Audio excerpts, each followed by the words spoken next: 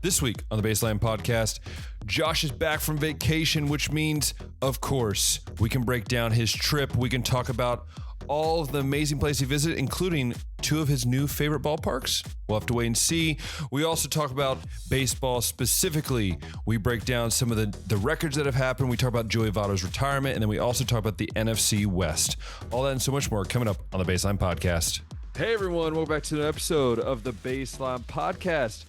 I'm Ben, and that's Josh. I'm back. He watched the episode and realized that Ben was so terrible. And no, I'm just kidding. He had a great vacation.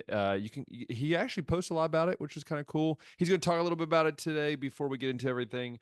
But I hope you guys have had a great end of your August. It was holiday here in Hungary. Well, like 4 days ago, we got to see fireworks. I didn't, because I stayed with the dog. I just watched it on the laptop, but I could hear it. Sound like bombs going off. But no, that is everything that I wanted to say, because we're not going to talk about last week. But anyways, Josh, how was your vacation? Tell us a little bit about it. And are you glad you're back? Yeah, I had 9 straight days off, and the only thing that was really set in stone the whole time was I was going to meet friends in Silver Lake, Michigan for the last 4 days. So leading up to that, the first 5, I had the whole week off of work and decided to do some solo traveling, which I'll do from time to time, and decided to start up in Milwaukee, Wisconsin, and just kind of work my way around Lake Michigan until I got to up in the Mears area where my friends were going to be staying. So Milwaukee, it would have been really cool to have a few more days there. I actually did manage to make it to a Brewers game, Ben, and let me tell you something. Miller Park, now known as American Family Field, was probably the best environment for baseball I've watched a game in so far. And that's a lot of places that you've been a lot of good places. Out of 8 professional stadiums, let me tell you something. The first thing that stood out was the stadium was like PNC Park, very easy to get in and out of, which big fan of that. We talked about it a couple weeks ago. Yeah. Yeah, not having to deal with traffic, but also all the parking lots around the stadium filled with people tailgating for a regular season baseball game on a Monday. Does help you're in first place. Thousands. You would have thought it was a college football Saturday, but they treat regular season weeknight baseball games. Let's be honest. Is there much to like do a up there in party. Milwaukee? I think you could have found stuff to do if I was there a full week, but still, just like the way that the fan base treats games, plus get inside, they do have a decent amount of cool stuff, which I didn't partake in, but they have like a museum for Bud Selig, who was in the front office for a while and then eventually became the commissioner of all baseball. They got some pretty unique merch options in their store, and also just like a great selection. The blue and gold that they got over there is just really sweet, makes some very nice designs. And then you get inside and the place is just cool. The retractable roof, so it can be a dome, it can be an open roof, which it was for our game against the Dodgers. And of course, when I get in there, I've been getting to see a lot of cool moments, Ben, this baseball season. So at least at the Brewers-Dodgers game, I got to see Shohei Ohtani homer to left on a 3-0 count, mind you. I also got to see Mookie Betts homer in his second at bat. His first at bat, he actually struck out swinging and like spun around and fell down in the other batter's box. And then next time up, redeemed himself with a home run. And yeah, then Wilson Contreras also homered for Milwaukee, but really good game, really solid experience there. And like I said, out of the 8 stadiums I've been to now, that might be the funnest one that I've watched a game in. So that was Milwaukee. Any thoughts? No, I mean, I've heard good things. Like I've always heard good things about the sports teams in Wisconsin in general, but I think, look, there's always a thing with baseball, and I think this is the thing, because I've seen Great American Ballpark be thumping, right? Last year when they were on that run, remember when they won like 19 games, it was thumping, right? And I think it's baseball's the one sport where, yes, maybe Milwaukee's like, again, we don't know. Maybe Milwaukee's like that when they were like, 60 and 100, right? Yeah, they are winning the division right now. They're going to be a playoff team. And that's the thing that changed. Like, that's the thing with baseball. Like, there's only a few places in baseball that will stay the same, even if they're really good. Kansas City, Oakland. There's like a lot of those places that will kind of stay the same. They're not going to really sell out as much. But like, I look at the Reds, for example. They're like barely above last place, and they get like 20,000 fans every game. But like you said, Milwaukee. So again, it also could have been the fact that Shohei Ohtani's in town. you have that. So I'm not saying that it's not a great atmosphere. There were a lot of I've never Dodger been there, fans there. I but will say that. I think it helps when you have these kind of the moments. And baseball is a really specific time. But look, I've heard great things. Every person I've like my friend's been there. My friend Elijah's been there. A few other friends that have been there. I've heard great things about from there. Again, if I was in the States, I probably would have started this already. But my dream is to go to all 30 stadiums. Um, and I know I hate it because it's like I can't really do that. But maybe I'll do soccer stadiums here in Europe. Maybe that's what I'll do. But Hit all the big European yeah. soccer There we go. stadiums. But yeah, so I know I think that's fascinating. Yeah. That you got to enjoy that. Had some legit Wisconsin custard and cheese curds on the trip too. So highly You know, recommend. there's something about a good old road trip. I've been watching this guy on YouTube that's doing. He did like the Route 66 or yeah, Route 6. No, Route 68. Anyways, from Chicago to LA, and he drives out there and like when you just said that, like reminds me of like just a good old road trip sometimes is what you need. And I have a friend that says there's no one can be an extrovert and an introvert. Listen, we all have our introvert in us, and some of us just need that like drive out in the countryside just to get it out of it. And look at you going up to Wisconsin to do it. Yeah. Yeah, so that was the first couple days, and then the next three were kind of a mix. So I was meeting up with a friend that I knew in Indiana, and then a friend that I knew in Muskegon. But on the way, I stopped in Chicago and got a game at Guaranteed Rate Field. White Sox had the Yankees in town. Well, yeah, it was probably the cheapest ticket. They probably paid you to go there. Actually, no, it was after fees. It was well, I also got a really good location too behind the plate. So it was $75 for behind the plate to watch the Yankees, which I think is a pretty solid price. You'd be paying double that in Cleveland, honestly. True. But Ben, this game was probably the best individual performance I've seen in my sports fan career live because it just so happened to be the night that Juan Soto hit 3 home runs in one game. And you were dreaming that was actually when he was in the Indians uniform, right? I've That's what wanted you're Juan dreaming. Soto in Cleveland for the last 3 years when I thought it was feasible, when I thought he would fit our timeline, not caring if we were going to be able to pay him an extension or not. And watching him and Aaron Judge, they're probably going to finish with the highest WAR out of any two players in baseball history by the end of the season. And yeah, he's already I think in And they're playing Cleveland right now. I think he just topped his career high for home runs. I Him will and say Judge are just this. tearing up. Judge also homered in this game, by the way, And you know but what's gonna Soto be was incredible. crazy is the Yankees still won't win the World Series. And that's what's just gonna be so I don't phenomenal. know, man. No, but this is the They're thing though. they're But scary. we said that when Judge won the MVP a few years ago when he had the whole like I again I'm not trying to be like I'm just being devil advocate here, but like the Yankees for the last like 10 years have done this so many times where they've had so many great individual seasons and then they waste it. And it's Hmm. kind of the Dodgers the same way. The Dodgers have had some really great, amazing individual seasons and they waste it. Like one of these has to break this year. Like one of them Yeah. have to break. And it's going to be one of those two teams.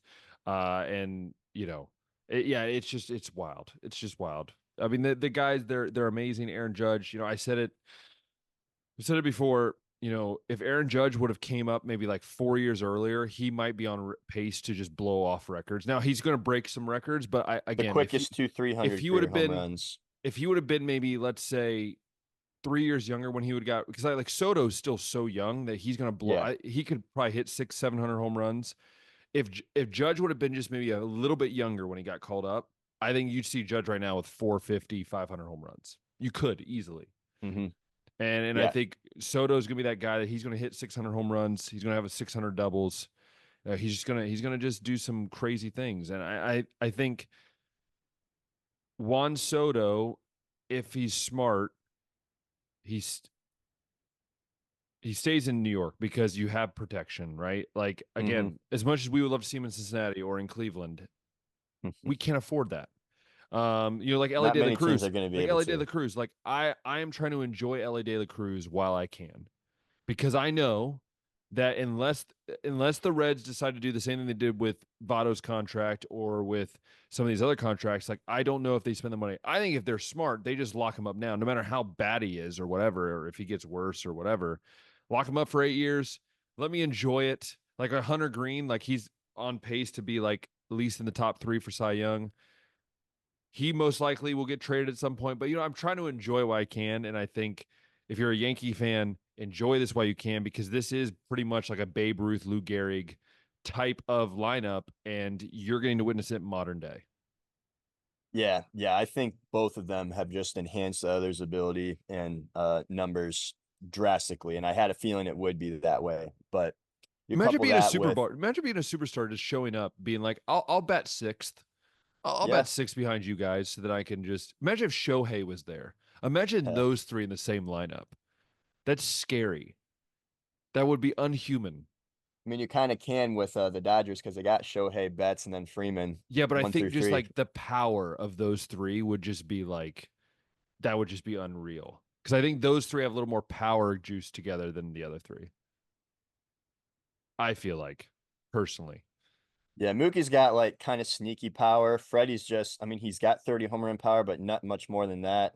But yeah, Judge obviously has got the highest ceiling, and then Soto's capable of going over 30, and Shohei can go over 30, over 40. But Yeah. yeah, Yankees scary, man. That duo, and then they added Jazz Chisholm at the deadline. They're gonna have Rizzo back Which, by the way, healthy, and then they Jazz got some. Chisholm, he's the most New York player I've ever seen. You Like just the think name, the style, the maybe New chains. York in general, but Yankee No, I organization, don't mean he organization. I just mean like New York style, like LA, New York. I feel like he fits either one. Like just that, like he wearing the chains. He's just like he plays fun. He doesn't care. I don't think yeah. he fits that organization at all. But I'm sure Steinbrenner's rolling over in his grave right now. Yeah. And he did come over from Miami, which kind of like fits that culture Yeah. too, the city. Yeah, and then the young talent around them, like Austin Wells and Volpe and Torres, like they can just get the pitching to actually work for them. It's gonna be a scary team to watch. But then you got Houston, who's been heating up after And the the cold start to the Mariners season. Mariners tanking, Cleveland is tanking. They might not even win the division now. Minnesota and and Kansas City are Quan, catching who up. was hitting 370, is now hitting barely over 300. It's incredible. Yeah, him, Jose Ramirez, and You Josh did say Naylor the this, by the last way. month You said this have in June. cooled. You said, just wait. All my hopes are going to be dashed in August or September. Like something's Well, going to happen. I thought we had a good enough lead that there's no way we're going to fall out of the division. Now, I don't think we're going to fall out of the playoffs by any means, but still, like the division is by no means secured. Hey, We I got mean, four division games look left at to my play. Reds. I'm so proud of us being 60 and 65, 62 and 65, whatever we are. I don't even freaking know anymore. Hey, the best thing that's happened to us this year is that De La Cruz has hit 20 home runs and 60 stolen bases. Yeah. That's about it because we've had so many injuries, dude. Our IL list, if you look on the MLB.com, the Reds IL list is literally like a page long. Like there's so many dudes on the, and I just like, we haven't seen McLean all year. Encarcio and Strand barely all year. Frio's been hurt all year. Fraley's been hurt. Hunter Green's now on the IL. Like, dude, it's just yeah. And I feel like It's it's like tough. that. I feel like if they were healthy, then maybe the Reds are actually competing for a playoff spot. Yeah. Man, we could keep talking baseball ties. I'm going to wrap up my vacation real quick and we can get Yes, into some of these I forgot we're headlines still that on we your got to talk. vacation, by the way. Yeah. Yeah. So, White Sox game was probably the funnest one to watch live just because of that Soto 3 homer game. But then, like I said, after I left Chicago, I got to visit a friend in Indiana, visit a friend near the Muskegon, Michigan, and then met up with my friends Friday. We got a really nice lake house over at Silver Lake. So they got some really solid dunes over there. We're like a quick drive to Lake Michigan Beach, which we got a lot of time out there, a lot of campfires, a lot of good discussions, a lot of good meals we were able to cook and try over there. But the highlight been riding in some dune buggies through the dunes they got up there, cranking it up to 45 miles an hour, just enjoying all the bumps, all the hills. It was very like if you've ever been to Cedar Point, guys, you know how like the Blue Yeah, Streak has like those small, rougher hills yeah, that just kind of like keep going like that. That's yeah. exactly what it reminded me of. You know, sometimes you just need that break from work, man. Like and just life in general. I haven't gone on vacation in three Like years. like Too that's the much thing. Like stuff going on. I haven't really gone on vacation. Like obviously in the summer, this summer I've been, with my job changing and everything, I didn't really get a chance to do anything. Um, and that's one thing I told Rebecca is like I just want to take a vacation. Like a solid, like you don't worry about work, I don't worry about work. we take a week, and especially because like I'm in Europe, and like that's the crazy thing for me is I haven't taken a vacation probably. I've gone back to America, but I haven't taken one like in Europe. And I'm sitting here going, there's how many people are like wishing they could come to Europe and go to Paris or go to, England. And I'm Yeah, sitting it's in a good here in the point. middle of Europe and I'm just going, yeah, no, not really. So I get you, man. I sometimes we just need it, man, mentally, for Hmm. sure. Yeah, so that was great. Definitely great timing, refreshing. I still haven't really recovered from it. I got back on Monday and today is Friday. I've had a couple other like real life responsibilities to take care of. I'm trying to buy a car this weekend too, or I will be buying a car this weekend. So that's just Look at another you. thing that I got to take care of. Yeah. It's that But it's that it's that it's that baseline podcast money paying you. Yeah. yeah, all the great ad reads that we get and investors. Yeah, David Cohn. I didn't know David Cohn was paying you off on the side. man. Yeah. It's it's crazy. Well, he figured like you got to visit him in Nashville and So I this didn't is get like to his make it. So apology. This is his yeah, apology. I apology am for a not being able to minivan. make a time A that we both could have minivan. made happen. Right. Oh So man. that's vacation, but Yes. we got some sick milestones to talk about, Ben. And you Yes. mentioned Ellie De La Cruz at the 2060 season. Yeah. Shohei Ohtani could finish the year 50-50. Oh, okay. I will say about the LA crew. Did you notice that there's only five guys that have ever done it, and three of them are Reds? I think it's hilarious because Who are the Reds? Is Billy Hamilton one? Eric No, no, Davis no. is one? Billy Hamilton barely hit 5 home runs. Well, he's I the only wish one I he can think of that could get no. 60 So steals. Eric Davis, I think he did I think he was 30-60, or he was not he might not have been 30-60. I know he was close to that. Joe Morgan did it twice in the 70s. That He many might have, steals. and then Ricky Henderson did it, and then Acuna did it last year. Okay, yeah, Acuna did the 40-70. Yeah. So like I most likely think that Elio De La Cruz will probably finish. He might not get to 30 home runs. I think he'll get to 25 home runs for sure. And I think he's going to end up with about 75 so bad. People are saying he's going to hit 80, but he's just like once like June hit, he just really hasn't been stealing bases. He was at 35 and 40 for like Yeah, he was a month. very, very ahead of everybody. And then he's still ahead, like he's still like 20 steals ahead of the next guy, but it's slowly shrinking as Otani and some of these other guys catch up. I bring up the Otani 50-50 because one, how insane would that be for him? Yeah. But two, at the beginning of the year when we were ranking our top 10 players, we were trying to figure out if Shohei Otani should be as high as he is just as a hitter and not just a hitter, but a DH as well, not Yeah. pitching. Like, I think this just goes to Do do show you that think this would make him rethink doing the pitching thing? I think it just shows that if he can't like pitch for very long He's still or worth the like money. yeah, still worth the money. Like if he can't pitch later down the road, or he decides that when he's 35 and maybe he can't do both, he just wants to focus on one. Like he's just focusing on hitting right now and running away with the National League MVP right now. And we weren't Yeah. sure if that would be the case if his bat alone was valuable enough, but his bat alone, I think he's just putting all of his time, energy, and effort into this. Since he's not pitching and doesn't have to conserve a lot of energy, I think he's putting more effort onto the base paths, as you can see with the great chance to get 50 steals this year. He's been a great leadoff man for that Dodger team. And I think I ended up ranking him second or third, and it's it's a very clearly one, I think. I mean, Judge has like the big power numbers and stuff like that. He could be triple crown in the American League, but I think Otani's just so clean, so smooth, and just has all the tools, man. Yeah, I agree 100%. I think it's incredible. Like I think both Ellie and him do it in different ways. Like Ellie De the Cruz is just fun to watch. Like I'm not saying that Otani's not, but the way Ellie plays, like he reminds you of that guy that like you played with in high school that just is like taller, faster, stronger. Because like Otani, he's very similar in that case. I think Ellie De La Cruz obviously I think has more of that athletic range, whereas He's Otani's like the just a NFL freak. combine athlete. Yeah, because I mean, look at Otani's about 6'3", 6'4". Cruz might be closer to 6'6", 6'7". I think Like he's listed 6'7", right? they have him 6'6", 6'7". I think he's a legit 6'7". And like the fact that he leads the major leagues in strikeouts by like 20 strikeouts, but his on base percentage is up high.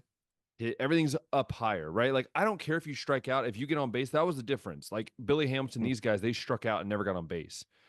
Ellie De La Cruz still gets on base. So for me, I hate when people say that, well, Ellie De La Cruz, he's just going to strike out all the time. Like, dude, when like he's still stealing 60 bases with a guy that's striking out 175 times. Like that's still dang impressive to me. Yeah.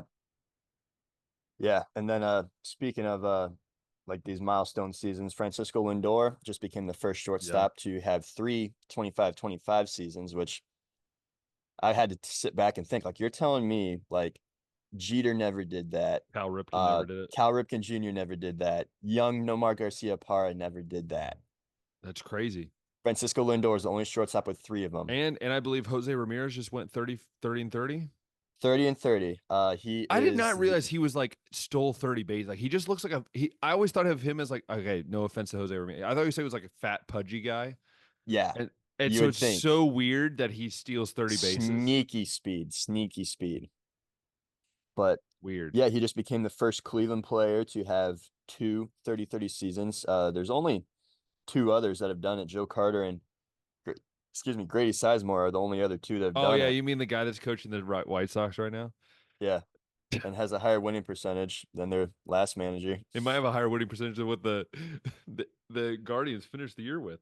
Yeah, Uh that was another one I was thinking through. I was like, I think it's always one or the other. Like we've had plenty of guys come through and hit 30 home runs, but they're not. I mean, those are guys like Jim Thome and Manny Ramirez and Travis Hafner that yeah. aren't going to get the steals Oh, to go with Travis it. Hafner, what a guy. What a name. What a Yeah, throwback. yeah, very MVP level for like 2 or 3 years there. And then just did nothing for like the next five. Yeah, it was tough. Uh, yeah. Do you think that I mean, we just talked about like Ellie getting mostly all the steals, but do you think that there's 3 25-25 seasons in that, dude? Yeah, I mean, I think with Ellie, I think look, I think there's only way up. I mean, like last year was a rough rookie year. Obviously, this is his first full season. I think he's one of those guys that either he'll have like a 5, 6 year good stretch and then just really just trying to, kind of go straight lined.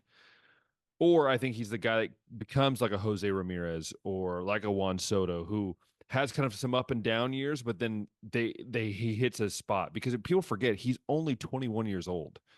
Like he's not like an old dude. He's not like in his mid 20s. So I Yeah. think for him, I think he's got the world in his hand right there, man. Like I think he can do anything he wants. And look, the power numbers surprise me because it's like there are moments that we've seen it this year where like in June he hit like 8 home runs, right? And then he'll go like a whole month with 1 home run. So if he can level out the home run power, because I think he's a guy who can go 30-30 and 40-40. I just think that he needs to kind of level out that power and find a way to kind of be more consistent. Mm-hmm. And part of me thinks he needs to switch just to be left-handed. Like I think Mm. switch hitting so much harder, and I think he's good right-handed, but I think if he goes left-handed, I think he turns into a freak, just an absolute freak. Yeah. Oh, by the way, another player that we got to give a shout out to, I think, Bobby Witt Jr. Oh, running away with the batting title right now, and he finished July with a scorcher, hitting 489 with 7 homers and 22 RBIs. And so far in August, he's hit 370, 6 home runs, 16 RBIs. We still that was got the another smartest move the Royals week. ever did. Was just lock him up and say screw it. If that's our whole like freaking 12 seasons, we'll take it. Right? He's basically the new George Brett. I mean, that's basically what he's becoming. He's going to be the new George Brett for them. Yeah, very five tool esque for that guy too. I mean, if we don't have any other milestones, there's another big announcement that happened in baseball this week. Yes, I've been making sure we get everything out so that we can give Yes. the I guess the icing on the cake right here to the baseball Yeah. talk with the end officially of Yeah. one of the great players of our generation. Yeah. Joey Take it away, Votto. Ben Bowden. Yeah, Joey Votto. I think we all saw it coming. I think the writing was on the wall when he got hurt in that spring training, right? He hit that home run. I think it was like the very next play or something like that. He messed up his ankle really bad and he kind of went. They said he was on a rehab, but I don't know many guys that are on a rehab for like 5 months for like a sprained ankle. So I kind of could tell that they were like trying to stretch out this rehab and I think Joey knew, and I think me and you have watched Joey enough to know like he's always said that when he knows he can't be at the highest level, he's done. And I think he's Very realizing self-aware. because if you look at his stats in AAA this year, he was hitting like 200. Like if he can't hit over 300 in AAA, then I think he knows that like, that was time. And I think it was such a Joey Votto way to say he's retiring. Like he's just in a parking lot, whips out his phone and is just like, I'm done. Like Hmm. that's the most Joey Votto thing. And look, I know I've been critical over the last few years of just like the money that we spent on him. I kind of had to take a back seat and look back and say, at the time, it was a really smart thing for the Reds. They hadn't had a star since what, Ken Griffey, early Ken Griffey, Ken Eric Griffey Jr. Davis, After him, I mean, you had, as far as Adam like Dunn. superstar goes, I mean, Adam Dunn, Brandon Phillips. But like what I'm saying is like because he came up, Joey Votto came up right at the end of the tenure of Griffey. So like I think he spent like Yeah, I one think year with Griffey's last Griffey. year was like 08 or 09, and Yeah. Votto's rookie year was 08. Yeah. And so for me, man, like I have so many memories of Joey Votto. Like just some of the things he's done, on the messing with fans. Like I think that's just so funny. Dressing up as a Canadian, like whatever they're called, like on the MLB shows. Talking smack with Yeah, Mad Dog over at yeah. ESPN. Like he's awesome. He's wholesome for the game. He's one of the greatest players to ever wear a Reds uniform. Like I don't think he's at Johnny Bench is here, right, and then everyone else is below. But I think he's up there with the Joe Morgans, with the Eric Davises, with the um the Concepciones, with Joe Nuxall, like all these famous Reds players that we've heard about, with the Pete Roses, right? Like I think he's up there with Pete Rose. People have been doubting whether they're wondering if he's going to get in the Hall of Fame. He's a first ballot Hall of Famer. Like I First don't see ballot's tough for me to come by just because the totals aren't as high, but he's definitely going to get in I someday. and I think the only reason the totals aren't as high is because he started. I think he was 24 or 25 when he got 23, caught. 23 baseball So references, but he might have turned 24 during this the is the year. I don't know. thing. If he gets called up when he's 21, I think these numbers are closer to 500. No, look, if he was 500 home runs and like, had some ridiculous numbers again, maybe he's not first ballot. Maybe this is just me being like a Reds fan, but he deserves to be in the Hall of Fame. And there's a few people saying that he might not make it, and I'm like, are you like, have you been dropped in your head? Those numbers are incredible, and if you look at the 2010 MVP season, those numbers would stack up today. Like those numbers were ridiculous. He had 424 on base percentage, which we don't even see dudes today really getting outside of Soto.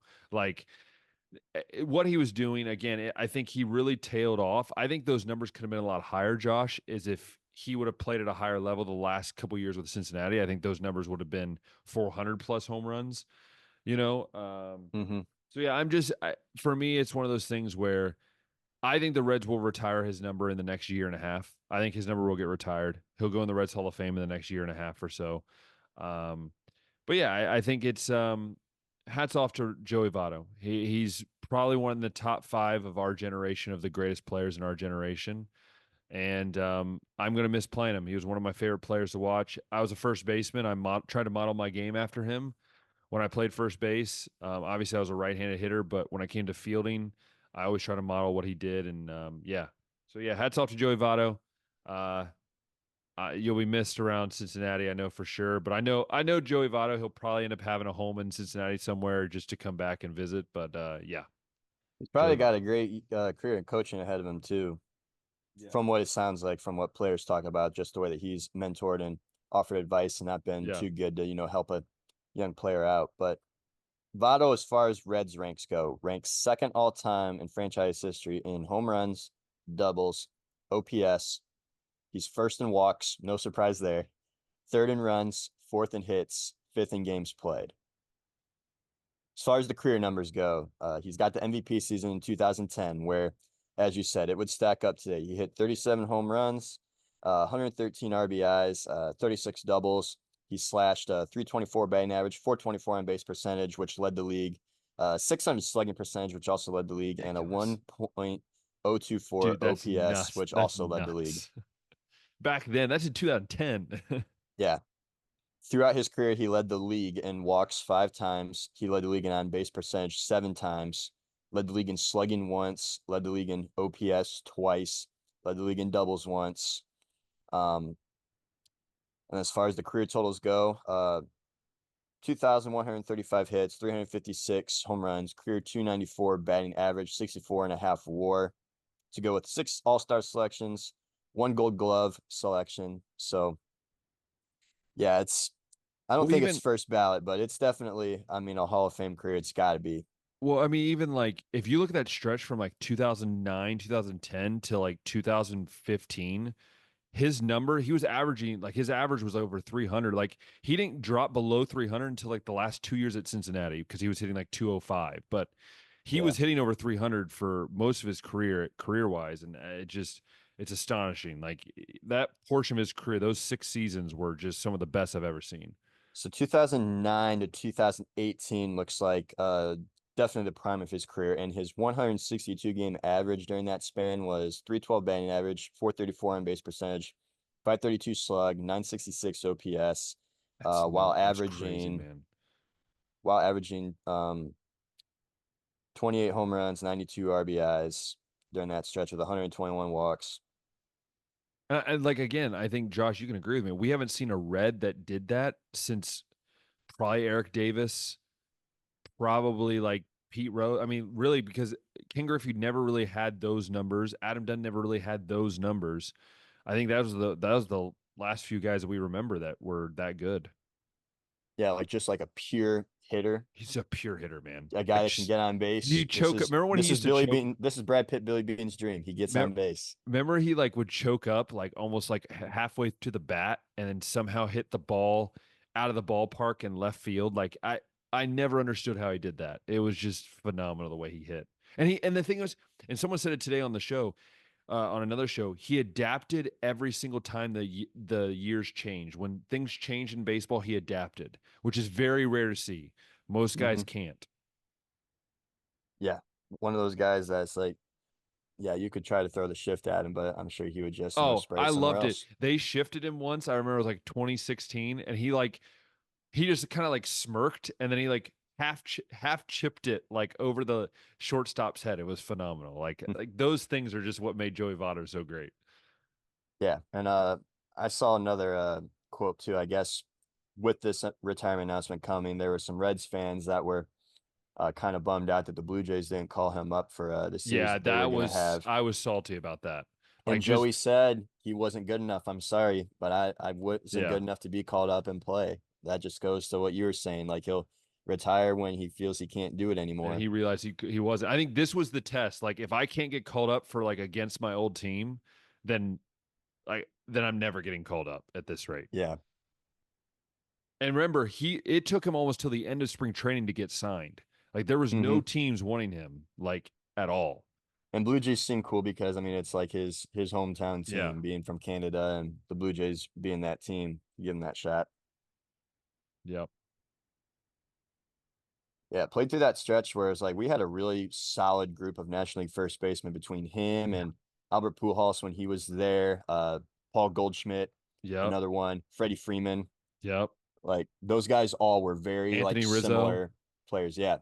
Yeah, very similar players. Not necessarily like all the big power numbers, but they were great pure hitters that could also drive in runs, get Yeah. on base.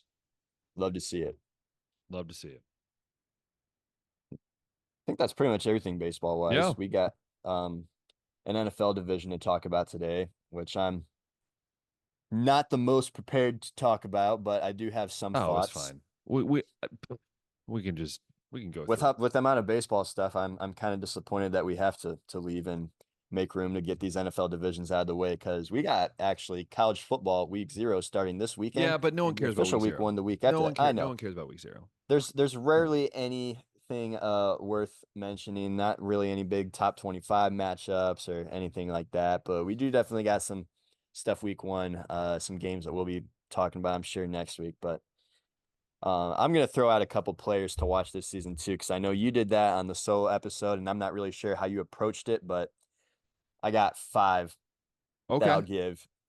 that maybe aren't necessarily the five I best mean, players, but I messed up some of like those players, but then also my NFL rankings I screwed up because I misnumbered them on my paper and it just was a nightmare. But oh, it's fine.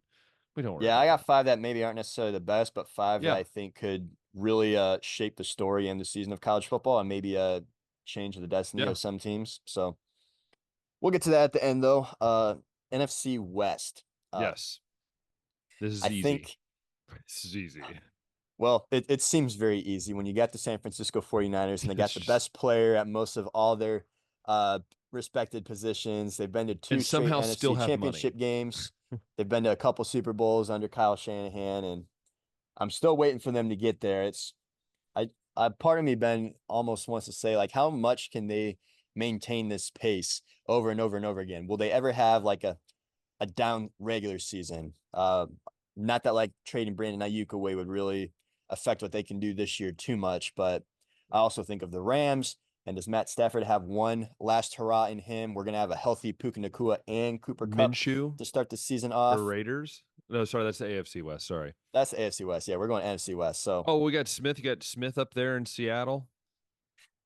yeah, I kind of wonder about that too. And then like Kyler Murray will be healthy and he'll have Marvin Harrison Jr. throw to in Arizona. I think that's Maserati Marv. Oh, I can't wait Arizona's to see that. definitely got some work to do, but I think they're doing things the right way.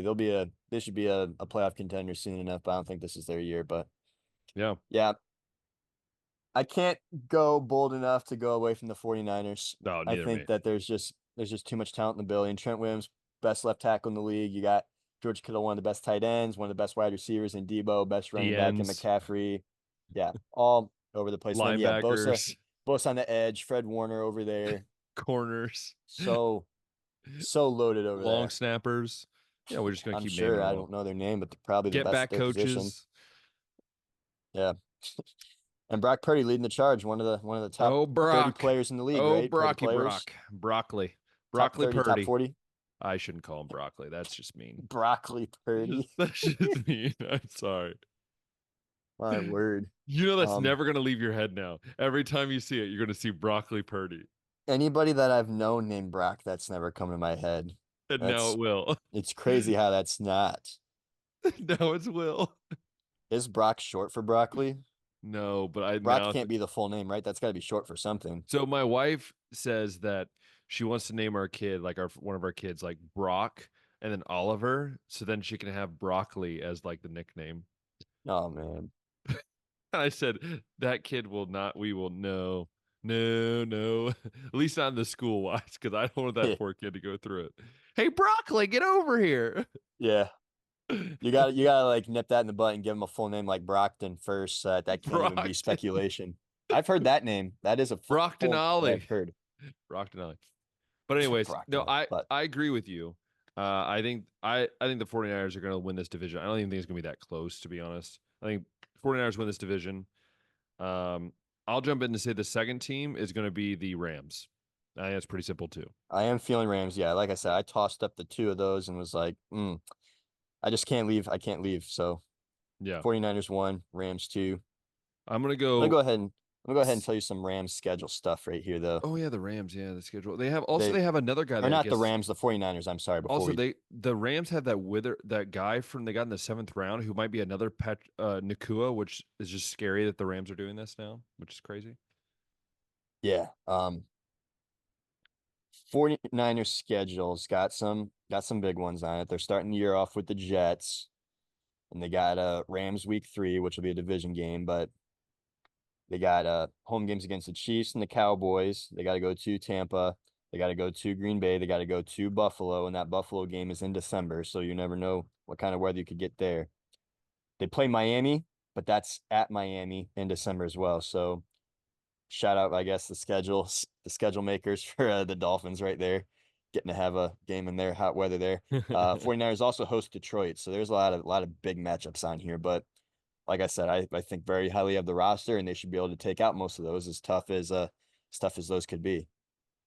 Yeah, I think as long as they stay healthy and as long as Broccoli, plays well, I think they're going to be all right. Yeah, no season-ending injuries to Nick Bosa, hopefully none to McCaffrey and we wouldn't want broccoli to fall into the fryer. into the I'm fryer. sorry. I'm sorry. I You deep fry your broccoli, Ben? uh, uh, I'm more of like a stir fry uh, mixed in with like the rice and some kind of soy sauce or something like that. I don't know, and the that might have been chicken. my worst joke I've ever had on the show. That might be the lowest. I might have It's just up hit the it's lowest. up there. I Oh tried to wow. help, but yeah, Oh nothing we can do about goodness. that. But anyway, Rams schedule. Rams. Why you said that like you were from the South? Rams schedule. Now we already forgot about your terrible joke. Mm-hmm. Point made. Rams open the season at Detroit. They also will be at Chicago at the end of September. That could be a fun matchup, maybe depending on how Caleb Williams plays. They host Green Bay. They host Miami. They host the Eagles. They host the Bills. Um, they're at the Jets, and that's in December. But it looks like all of like their big time matchups are home games, which we know how valuable that can be in the Yeah. NFL.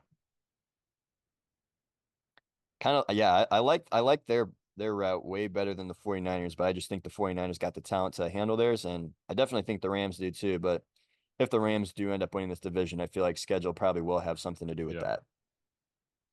Yeah, I agree with you. I think Rams they have enough talent to, to compete, and I think they'll be that team that makes it maybe the wild card for sure.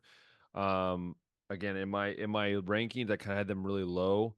I don't even know if I had them in the top 12 because I just they're so inconsistent. I feel like with Aaron Donald, how are you going to fill that? That's the other big question.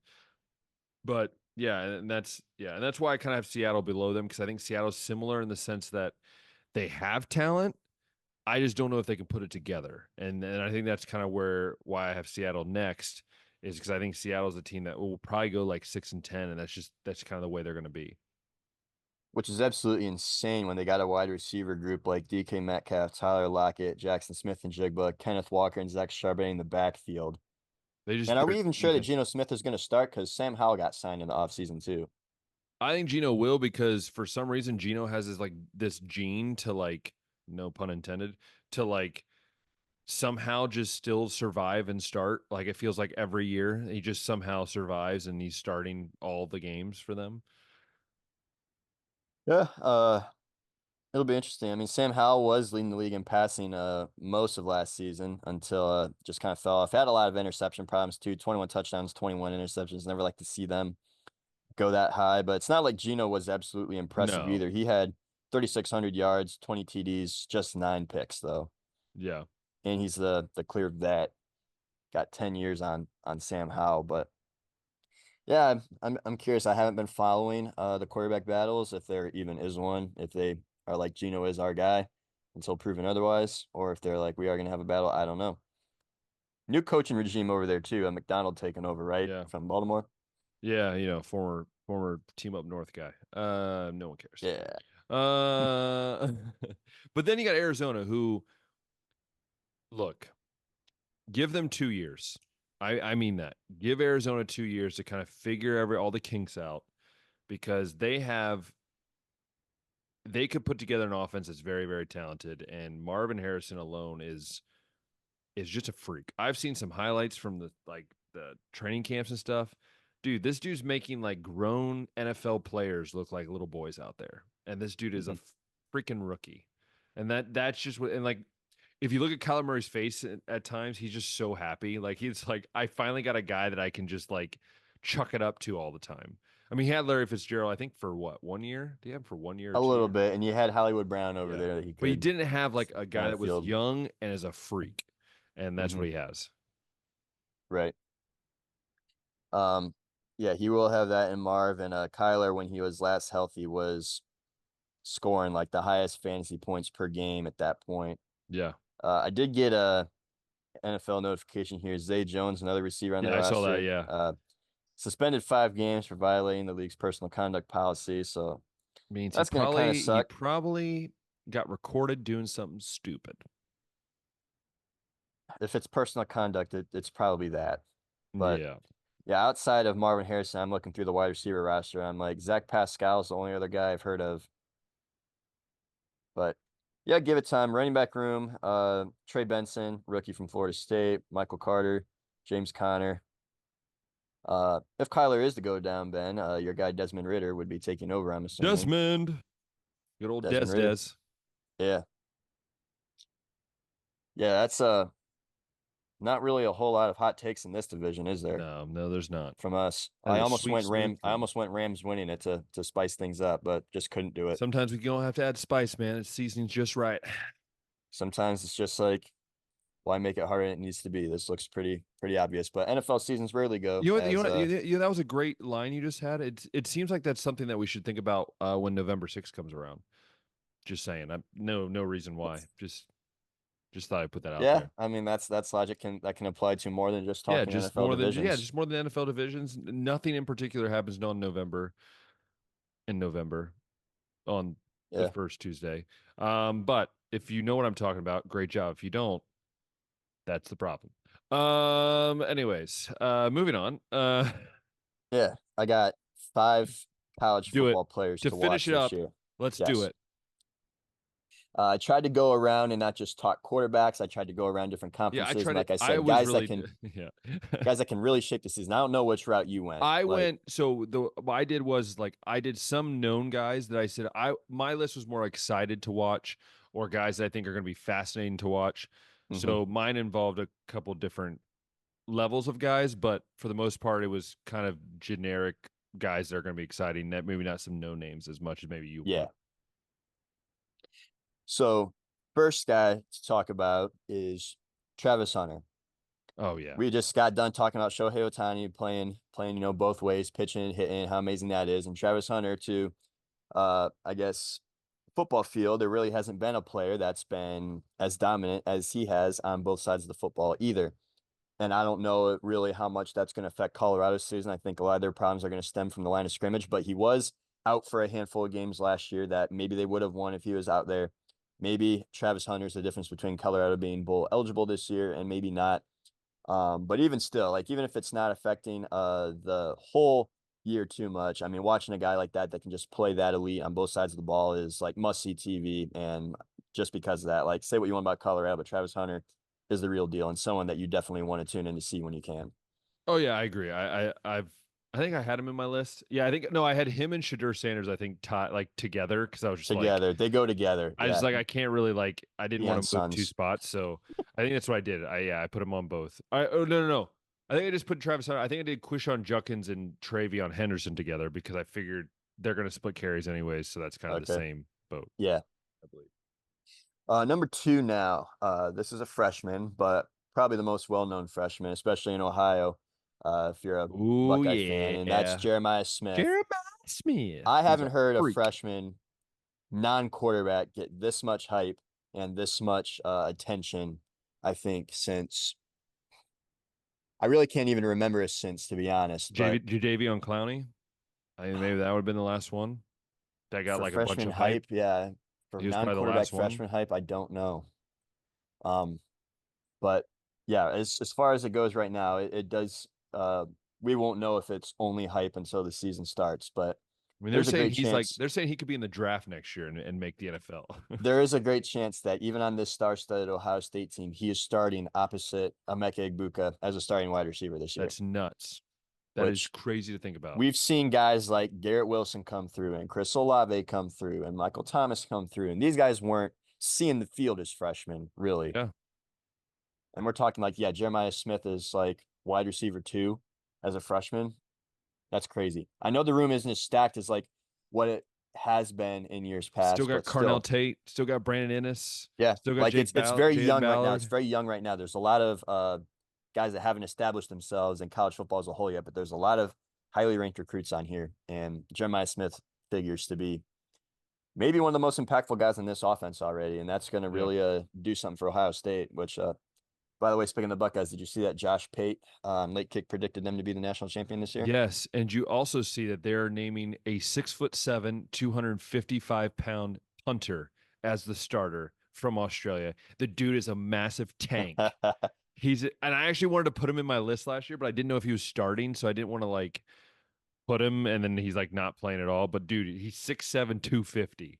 Just imagine this dude punting balls, man. Man, Just yeah. like sitting there booming them. Send him to outer space, yeah. But Josh had Ohio State defeating Texas, and that actually segues me into my next player, which will be Jaden Blue, running back. Oh no, he's out for the year though. No, I thought CJ Baxter was out for the year. Jaden Blue got hurt. I'm pretty sure Jaden Blue got hurt as well for the year. I thought that was another running back. They've lost like 3 running backs, so maybe it's not him, but I thought he was If the one that's that true, this is the most casual take I've ever had in college football. I gotta find it. I thought it was their other running I back. thought it was Jaden Blue that is like blue as Achilles. Well, CJ Baxter was the first one to go down, I Yeah, I know know. that. Yeah, Let's see.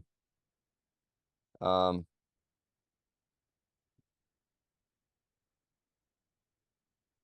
all unless right, it was. doesn't I can tell. I'm pretty sure it's Jaden Blue. let's see.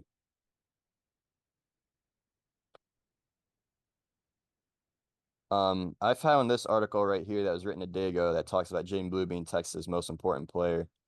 Okay, so maybe I'll he look he up I'll wasn't a look guy. up Texas running back injuries now and see if I can find one so we can find out who all the guys in question are. Let's see. Yeah, CJ Baxter was the big one. He was the 5-star freshman last year that was gonna, step into the starter role this year. And yeah, fine practice August 7th. He went down. And then let's see if I can find who the second one was. Not long after the sting, Baxter's absence began to fade. Once news of freshman Christian Clark going through the 20 Achilles. Okay. Okay, okay. Okay, so that actually goes nice. Geez, I thought I was like not a college football fan for a minute. Whew. Scaring me, Ben. I'm No, Jaden sorry. Blue. Jaden Blue was very solid in terms of yards per carry last year. And while I'm talking about him, I'll go ahead and get the numbers that he put up last year since he wasn't the full-time starter. Jonathan Brooks was. But we know Quinn Ewers is going to be good. We know that the wide receivers are going to be good. We know that the line is going to be good. But you can't be one-dimensional in college football unless you're, I Yeah, guess, the Michigan Wolverines last year. And don't you just remind have me. the guys on the line of scrimmage to back that up and be able to do that. And you have But Connor Stallions on the sideline. most teams can't do that. So I'm counting on Jaden Blue. He's going to be the guy, the clear cut guy carrying this running back room. And last year, let's see, 398 total yards, averaged 6.1 yards per carry, which tied Jonathan Brooks for uh, his production. Brooks was the primary carry, obviously, and then Baxter got a decent amount of carries. And then Blue, yeah, in limited time, was able to flash, I guess, the efficiency. So now he's going to be stepping in as a junior this year, carrying the mostly all the load of the running game on his shoulders now. So I think, I mean, we all know Quinn Ewers, man. I think Texas being a national champion will probably have a lot more to do with his production. But Jaden Blue's that guy that maybe not a lot of people are talking about right now that is going to have a much bigger impact now on Texas season as a whole. So Yeah, Jaden Blue, that's 3. I love it. I Um, love it. going over to staying in the SEC, we got Nico Imaliava, who everybody knows about him because of the hype recruit, all the NIL money, wearing pajamas at like his camps and getting to play quarterback in the bowl game last year. Um, this year though, I think that I mean he's taken over for Joe Milton and he's gonna have to really be the guy that everybody thinks he can be because Tennessee's defense has not been the greatest while they've been on this resurgence with Hendon Hooker and Joe Milton over there. And we talked about in our SEC preview how I think they lost. It was something high, like 7 or 8 defensive backs, Yeah, either to the portal or to the draft. And it's not like they're recruiting at a high enough level to be able to replace all those guys. So this Tennessee team, if they're going to have any success this year, if they're going to be in the playoff, it's going to be because they had to score a lot and did score a lot. And obviously that's going to fall a lot on Nico over there. So Nico Maliava, another important player, but also probably a fun player to watch this year in the 2024 season. yeah, And that agreed. takes me to my last one, which I think you'll be excited to see that he made this list, and that is Kyron Drones, Yeah, quarterback, dude Virginia is. Tech. So you're obviously very high on Virginia Tech. You think I they're going to am. win the ACC, if my memory serves me Yes, right? that is correct. Yeah, and I think that they can at least finish third, and if a couple things go their way, they can at least be in the conference championship game. But Yeah, Virginia Tech, bowl eligible last year. First time that they've done that in a while. And then on top of that, got I think the most returning starters or most returning production and like the Power Five, one of those. So definitely something to build off of. They got a schedule that favors them well, and it's all going to depend on, I think, the health and the consistency of Kyron Drones, junior quarterback, dual threat. Finished just last year with 2,084 yards, 17 touchdowns, 3 picks. But look for him to take that next big step forward this year. Just um, limited production last year. He didn't start really playing until November rolled around. But let me see if I can find how many games he did get in. Um, Games played. Get his game log here. So, okay, I was looking at the seasons before. Yeah, he was the primary starter last year, so I misspoke. But yeah, saw most of the field last year, and um, not so much early on, but did eventually take over the job and did really solid. They heated up at the end of the season. They won let's see, 1, 2, 3, 4 of their last 6 games, which helped them get to that bowl eligibility. But yeah, Kyron Jones, another guy. Those are Sorry, 5 guys to we have a watch visitor. that could have an impact on the whole season. We have a visitor. Oh, we do have a visitor. She's wanting to play at 11:30 at night. I don't understand it. Hmm. A little crazy. But no, I agree. I think those kind of guys are what makes college football amazing. Like guys on teams that are like good teams, but like can change that team's trajectory. And I think that's what makes it college football so freaking amazing. And that means, you know Mm-hmm. what? And also, Josh, just so you know, this weekend it'll be the last weekend. It'll be the last weekend. Oh my goodness, dog. Um, the, we will have football now until February, I believe. We're gonna be Every like weekend until nonstop. February. Oh my goodness, dog. Hmm. Crazy. But anyways, I'll try to, okay, just stay down there. Anyways, stop getting it. Last week she was doing the same thing. She's like trying to be on our podcast now. It's gonna have to be like little fahe on the end of it Mm. every time. But no, it's a great thing. And Josh, is there anything you would like to tell the people before we go? Thank you for listening, even though it was just Ben last week, and Oh yeah, thank you that's true. for coming back from my return. It definitely means a lot, and The return of the Burris. looking Oh forward to my more great discussions like this in the future as baseball season winds down, the playoff races heat up, but also the big college football matchups kick off, and we get, all the great stuff in the fall to talk about because that's really when we get to like all 4 major sports leagues being Yep. active at once and And we all have the not enough important time to stuff. talk about anything. Yeah, Oh, we just gotta like and we will be releasing our power rankings again this year.